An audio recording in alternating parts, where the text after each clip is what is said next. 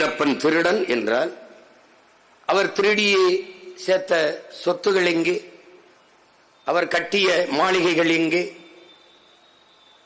எங்கே? ஒரே ஒரு பொண்டாட்டியோட காட்டுக்குள் வாழ்ந்த ஒருவன் அவனாகத்தான் இருப்பான். நாகப்பாவை கடத்தி அவனால் ஏன் நமிதாவை கடத்த முடியாதா? ஒரு நக்மாவை கடத்த முடியாதா?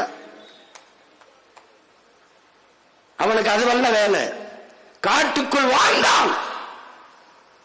நாட்டை ஆள்கிற திராவிடர்கள் ஆட்சியிலே கள்ளச்சாராயம். நீங்க ஆச்சினால் கள்ளச்சாராயம், அரசியல் காய்ச்சினால் நல்ல சாராயம், ரெண்டும் ஒண்ணுதான். ரெண்ட குடிச்சாலும் சாகிறது தான். எப்படிப்பட்ட நாடு? இவன் சாராயம் காட்சி வித்து குடிக்க வச்சு சாகரித்தான். காட்டுக்குள் இருந்த அவன் சாராயம் காய்ச்சினானா? சொல்ற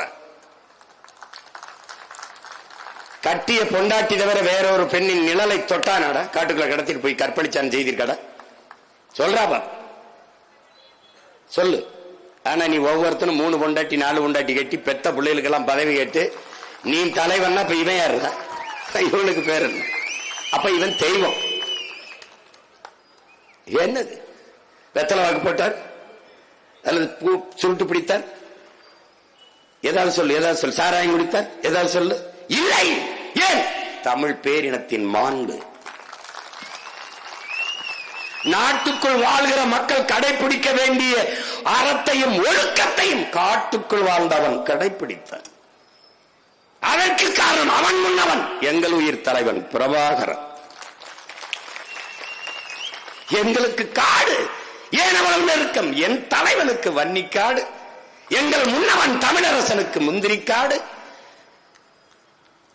எந்தவன் வீரப்பனுக்கு உனக்கு தெரியும் என்ன காடு? சந்தன காடு.